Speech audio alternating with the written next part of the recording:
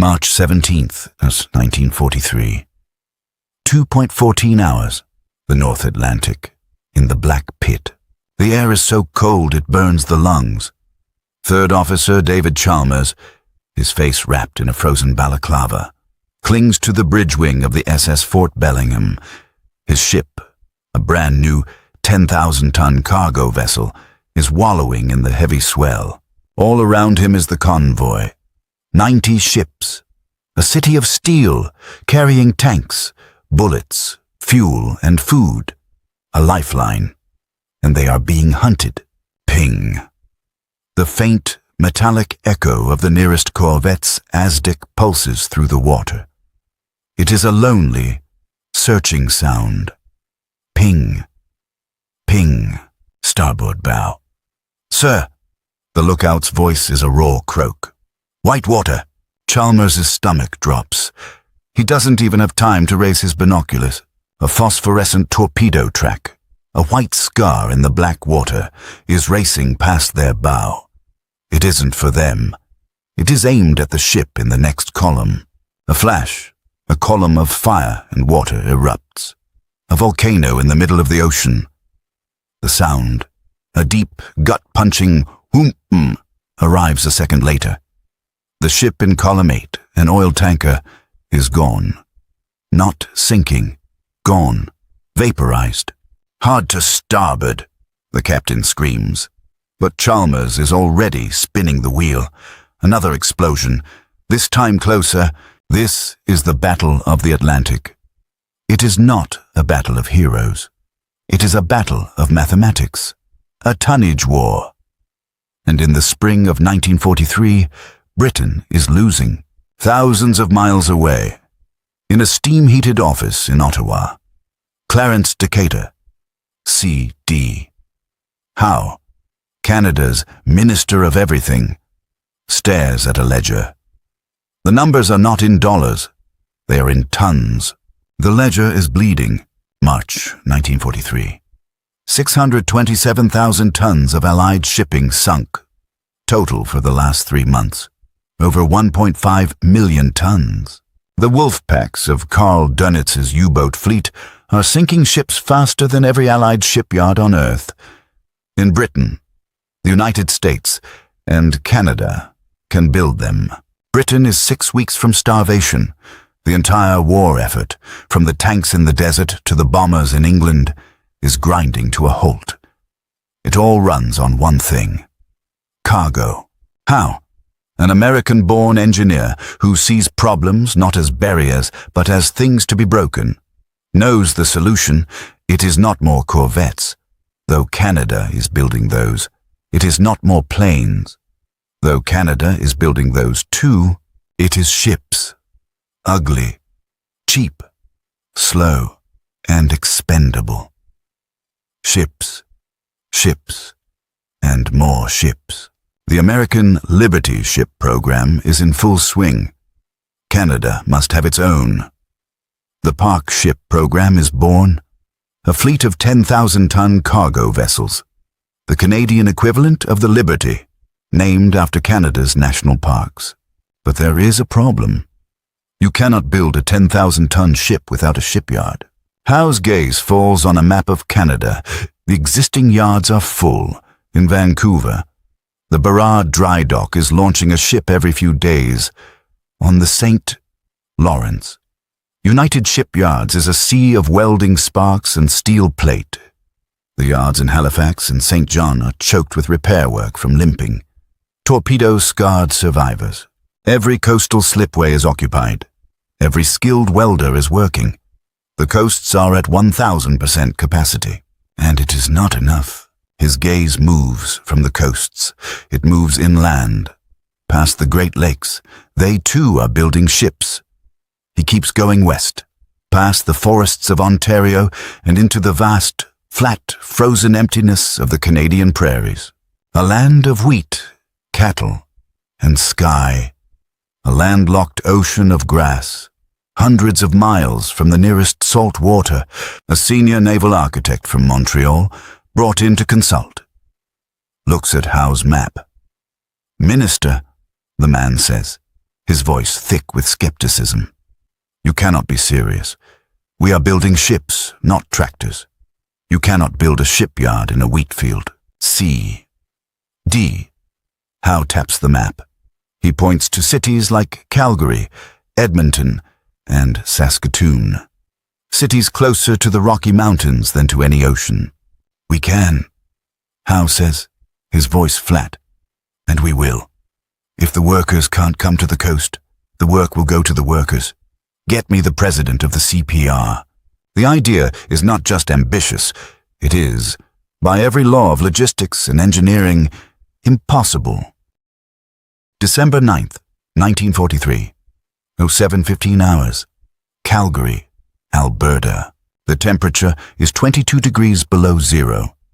The wind, a scalpel of pure ice howling off the Rocky Mountains, is sharp enough to cut exposed steel. The air, 800 miles from the nearest ocean, is thin and dry. The ground is frozen iron, covered in 2 feet of snow. This is cattle country. This is wheat country. It is absolutely, unequivocally, not shipbuilding country. But inside the Ogden shops of the Canadian Pacific Railway, the air is 110 degrees. It smells of ozone, hot metal, coal smoke, and a revolution. The Ogden shops are a cavernous city of brick and steel, a complex so vast it has its own post office. For 40 years, its purpose was singular, to be the iron hospital for the CPR's mighty steam locomotives. This is where 200-ton engines were torn down and rebuilt by men whose craft was a black art of steam, grease, and forged steel. Today, it is building something else. Elsie McGregor, 22 years old, pulls her welding mask down. The heavy leather protects her face not just from the arc, but from the searing heat of the preheated steel plate in front of her. 6 months ago, she was a farm girl from near Red Deer, her hands calloused from hauling grain sacks. Now, they are calloused from holding a 20-pound welding rod. She presses the trigger. A blinding 10,000 ampere white-blue light erupts, and the air screams as the arc vaporizes the metal, stitching 2 massive plates together. Elsie is not welding a tractor. She is not repairing a locomotive. She is welding the bulkhead, the interior dividing wall, of a 10,000-ton Park-class cargo ship. This is C.D. Howe's impossible idea made manifest. He knew the coasts were full, but he also knew that Canada, unique in the world, had 2 massive transcontinental railway networks, the Canadian Pacific and the Canadian National. These railways were not just tracks. They were industrial empires. They had shops. They had massive foundries, 10,000-ton hydraulic presses, 100-ton overhead cranes, and, most importantly, they had the engineers. They had men who understood how to tame steel on a colossal scale. Howe went not just to the railways, but to the bridge builders. The Dominion Bridge Company, whose plants in Edmonton, Calgary, and Winnipeg had built the steel skeletons for the Prairies bridges and grain elevators. The order was simple and insane. Stop building bridges. You are now building ships. The challenge was monumental. A naval architect from Montreal, sent to the Dominion Bridge plant in Edmonton, unrolled his blueprints. The plant manager, a man named Angus McTavish, looked at the drawings. "What in God's name is this?" McTavish said, pointing to a curve on the blueprint. "That," the architect said, "is the shear line of the hull." "The shear line?" McTavish scoffed. "Son, I build bridges. We use right angles. God's angles. This is a fish." But C, D. Howe's ministry didn't take no for an answer. The ship design was simplified. The famous Liberty and Park ships were designed to be ugly. They were designed to be welded, not riveted. They were designed to be built in pieces. This was the genius of the plan. Prefabrication. You don't build a shipyard in a wheat field. You use a bridge factory to build the hull sections. You use a locomotive shop to build the engines. And so, the great retooling began. In Saskatoon, a plant that once made road graders is now forging rudder posts. In Edmonton, the Dominion Bridge Company is taking Elsie's bulkheads and welding them into massive 50-ton sections of a ship's hull. These sections, called assemblies, are the size of a 2-story house. In the Ogden shops, the boiler makers, men who spent their lives building the complex, high-pressure hearts of locomotives, are now building the triple-expansion marine steam engines for the Park ships. These are not simple engines. They are 13-foot tall, 100-ton giants of cast steel and brass. The workforce is the other miracle. The skilled men are gone. They are in England, in Italy, in the Navy. So, Canada turns to its Rosie the Riveters. Elsie McGregor is one of 20,000 women who have flooded into these heavy industries. They are trained in 6-week crash courses. The old-time railway men, the Garrity men, are skeptical. You can't teach a girl to weld. An old Ogden foreman grumbles. 2 weeks later, he watches Elsie run a perfect 40-foot vertical bead. Well, he mutters, maybe that one. The prairies are transformed. The quiet, agricultural flatlands become a hidden, vital organ of the Allied war machine. The work is brutal. It is loud, hot, and dangerous. A dropped plate will crush a man. A faulty weld will doom a ship. The pressure is relentless. Every radio in the workshop broadcasts the news from the BBC. Convoy ONS 154. 14 ships lost. 14 ships. That is 140,000 tons. The foreman chalks the number on a blackboard. The welders don't stop. They know their math. The SS Fort Bellingham, torpedoed in Section 1, was carrying 9,000 tons of Canadian-made tanks and shells. Its replacement is the steel in front of them. By January 1944, the system is at full throttle. The impossible is now routine. A massive 20-ton stern frame, the backbone of a ship, is cast in a Winnipeg foundry. A 112-ton main engine is assembled in Calgary. A 50-ton hull section is welded in an open field in Edmonton, the welders working in a blizzard, protected only by canvas tarps. But this has created a new problem. Angus McTavish, the bridge builder, stands in the Edmonton yard. He looks at his creation. It is a 40-foot wide, 30-foot high, 50-ton section of a ship's hull. It is painted in rust-proof primer. It is a masterpiece of prairie engineering. It is also 1,200 miles from the nearest shipyard in Vancouver, and it has to get there. All right, Angus. A CPR man slaps him on the back. You built it. Now, how the hell are you going to move it? February 10th, 1944. Fornas, hours. CPR Alith Yard. Calgary. Eamon Sticks. Riley. The Canadian Pacific's chief route engineer for the Western Division is a man who deals in a world of unforgiving, solid-state mathematics. His enemies are rock, steel, and gravity.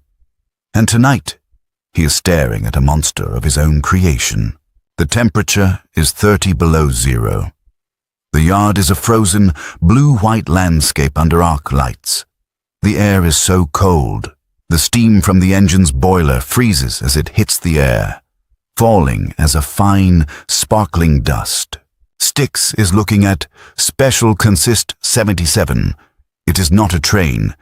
It is a 10,000-ton ship, deconstructed and laid bare.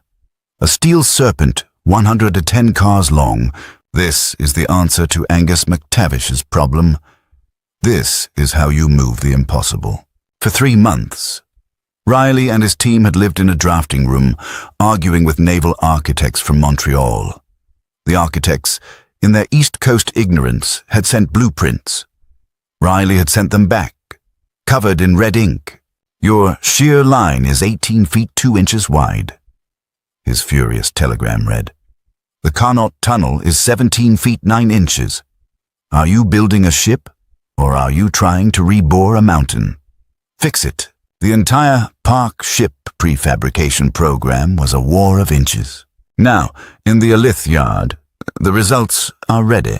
On a depressed center well car, a 112-ton triple-expansion steam engine built in the Ogden shops is chained down by steel cables as thick as a man's arm.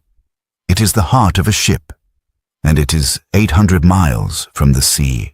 Behind it, on a series of reinforced flat cars, is the ship's skeleton, the double-bottom keel sections, the massive transverse bulkheads, Elsie McGregor's handiwork, and the 50-ton DB4 hull assemblies from Edmonton. They are colossal, curved pieces of steel, overhanging the flat cars by 4 feet on each side. This is a wide load on a scale that defies all railway logic. "She's all yours. Sticks," the yardmaster says, handing him the manifest. Riley is not riding the engine. He is the train captain. His place is in a special cupola car, halfway down the train, where he can see both ends.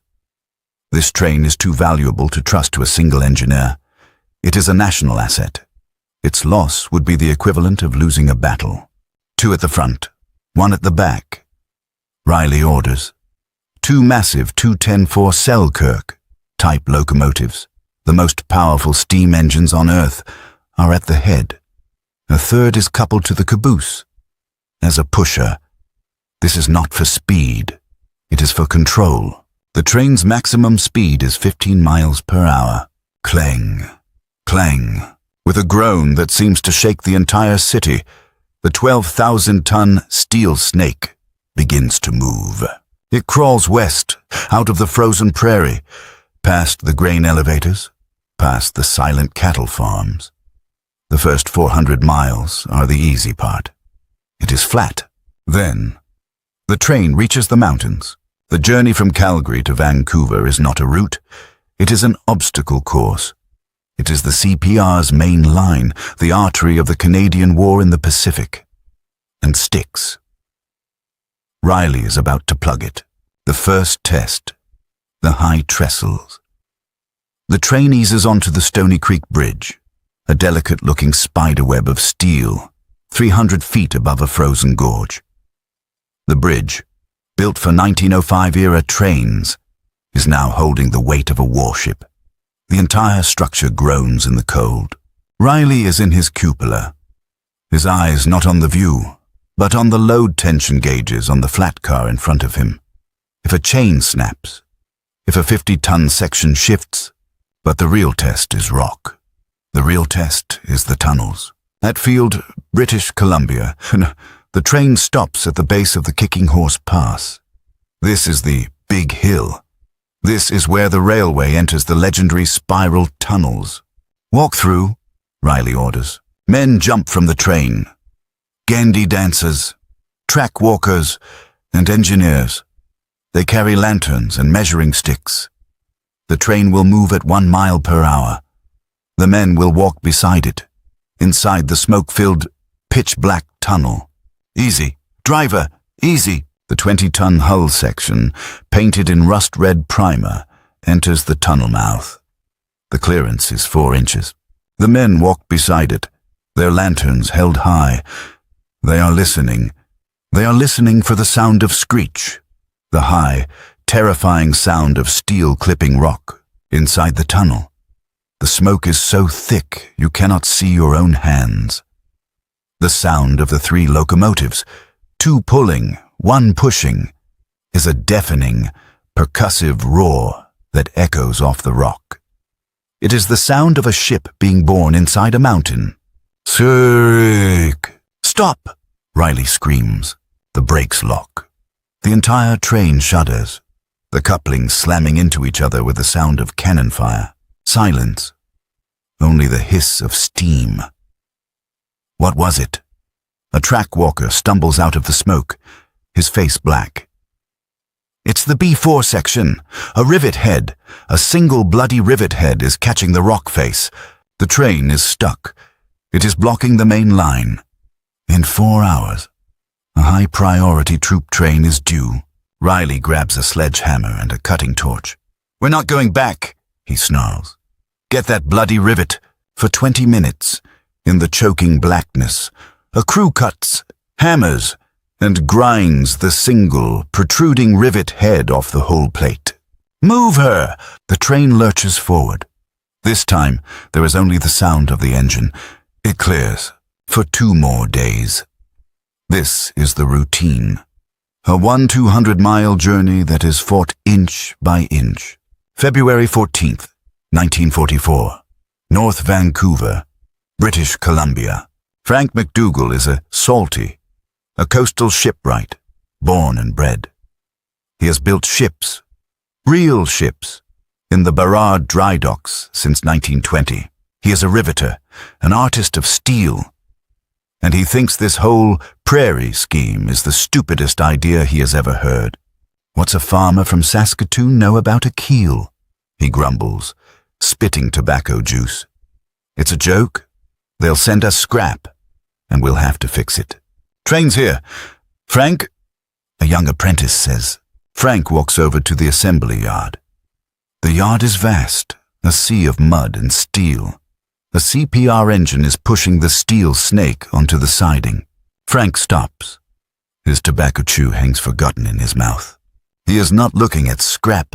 He is looking at a 112-ton, fully assembled marine engine, glistening with oil, ready to be lowered into a hull. He is looking at a 50-ton bulkhead, so perfectly welded a child could not find a flaw. He sees the chalk marks, still visible. "Okay, E. McGregor, Ogden Shops." He sees a 10,000-ton ship, delivered in pieces, like a model kit from an engineering gourd. The train, covered in the dust of the prairies, the snow of the Rockies, and the soot of the tunnels, has arrived. "My God," Frank whispers. "The farmers. They actually did it." The apprentice looks at the field of steel. "It is the biggest, most complicated jigsaw puzzle in the world." "That's great, Frank," the apprentice says, his voice full of a new, terrifying awe. "But how do we put it together?" February 15th, 1944. Tile hours. Slipway 7, Burrard Dry Dock, North Vancouver. Frank McDougall stands in the rain, a piece of chalk in his hand, staring at a forest of steel. The steel snake from the prairies has been unloaded. The yard is now a giant's model kit, pieces scattered in a sea of mud and welding cable. The apprentice's question hangs in the air. How do we put it together, like any other bloody ship? Frank growls, but he knows it's a lie. One piece at a time. Get the cranes, high above. A whistle shrieks. A 100-ton, level-luffing crane, its boom reaching 200 feet, groans as it lifts the first piece, a 60-ton double-bottom keel section, fabricated in Vancouver. This is the spine. It is lowered onto the greased slipway, the massive wooden blocks that will hold the ship until it's ready to taste water. "All right," Frank yells to the crane operator, a woman barely 23. "Give me the Prairie bit, the B4 bulkhead." The crane moves, its hook descending onto the massive, rust-red wall of steel built by Elsie McGregor in Calgary, the one that still bears her chalk mark. It lifts, the 50-ton piece, the size of a house, swings into the air, blotting out the grey Vancouver sky. This is the moment of truth. It is a moment of impossible mathematics. Will a piece of steel, welded by a farm girl 800 miles away in a locomotive shop, fit a piece of steel forged by a salty shipwright on the Pacific coast? The bulkhead is lowered. It descends, slow, inch by inch. Frank is on the slipway, his hands up, guiding it. Easy, easy, left a bit. That's it. Clang! The 50-ton section lands on the keel. The pre-drilled bolt holes align. The guide pins slide in. It fits. It fits perfectly. Frank McDougall runs his hand along the seam. The weld run by a girl in landlocked Alberta, is as clean as any he's ever seen. His skepticism, the coastal arrogance, evaporates. It is replaced by a cold, sudden awe. "They did it," he mutters to his apprentice. "The farmers, they bloody well did it. Now, the factory begins. This is not shipbuilding. It is assembly." A whistle blows. A swarm of workers, 17,000 of them, cover the slipway. And more than 3,000 of them are women. They are welders, burners, riveters, and riggers. They clamber over the steel skeleton, their welding arcs lighting up the rain-swept yard like a continuous man-made lightning storm. The ship grows at a visible rate. The impossible parts of the ship, the complex curved bow and the sculpted stern, are built here, in Vancouver. They are the bread of the sandwich. The entire 400-foot mid-body, the cargo holds, the bulkheads, that is the meat from the Prairies. Frank directs the cranes. "Get the Edmonton section, marry it to the Calgary one. Welders, stitch it up." The noise is a physical assault. It is a 24/7 symphony of hell. The rat-tat-tat of rivet guns stitching the deck plates, the H's of 10,000 ampere welding rods, the screech of steel on steel, and the constant deafening clang as another 50-ton piece of Alberta is slammed into place. Then comes the heart. The crane lifts the 112-ton triple-expansion steam engine, the monster from the Ogden shops. It is lowered, slowly, deep into the open-topped hull. It must align with the engine mount beds, which were laid by Frank's team just last week. Sticks. Riley, the train engineer, is here to watch. He has a bet with Frank. The engine descends. Frank is in the hull, shouting, an inch to port. Hold. Lower."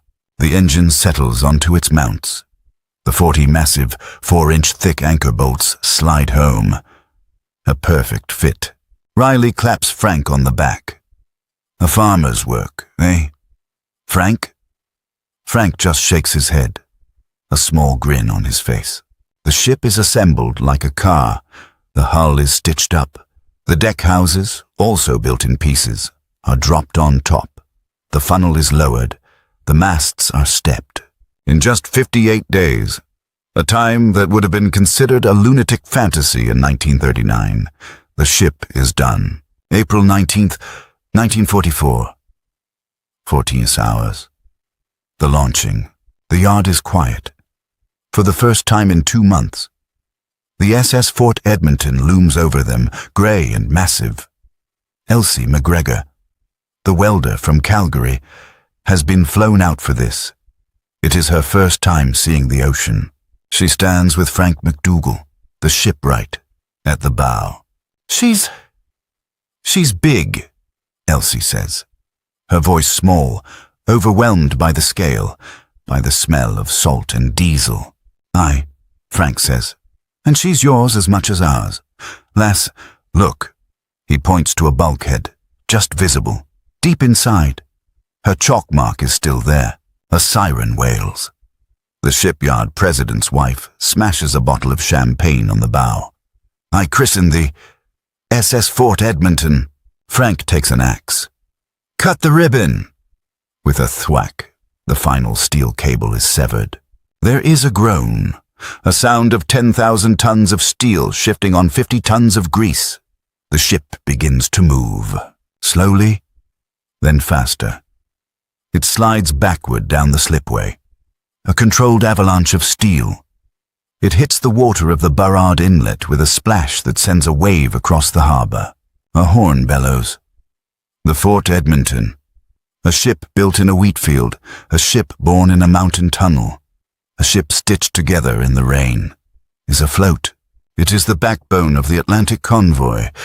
It is the war winner, and 399 more, just like it, are right behind it, coming down the steel snake from the impossible Prairie shipyards.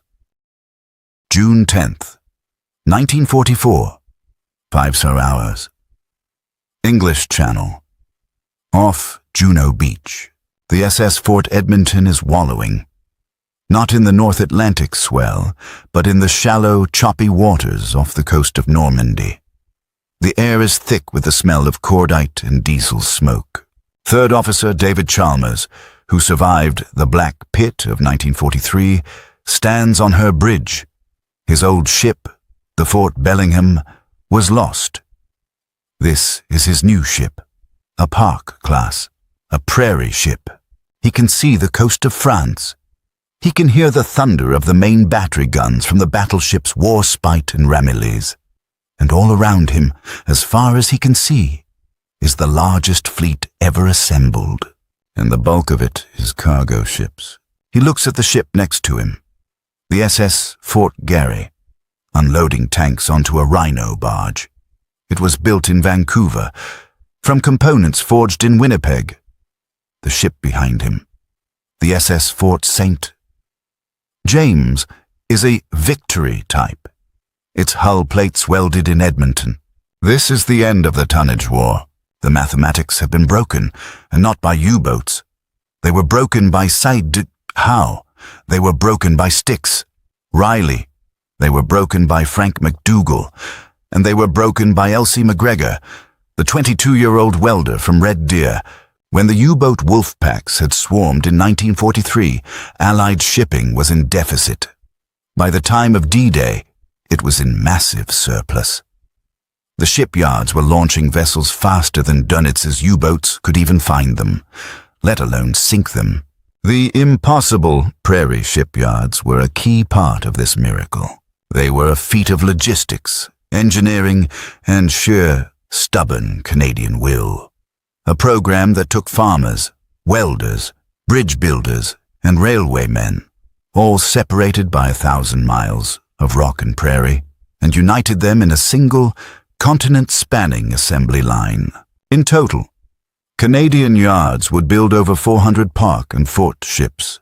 They would carry the tanks that liberated France. They would carry the wheat that fed a starving Britain. They would carry the lumber that rebuilt the bombed-out cities. They were the backbone, the ugly, slow, expendable, and utterly war-winning lifeline. On the bridge of the Fort Edmonton, Chalmers gets the signal. Begin unloading. He looks at the brass builder's plate, affixed to the bulkhead. It reads, Borough Drydock, Co., Ltd. Vancouver, Hull. Nope. 194. Engine, Canadian Pacific Railway, Ogden Shops. Calgary. He has no idea where Ogden is. He just knows that it's the reason he is safe. It's the reason he is here, and it's the reason they are going to win.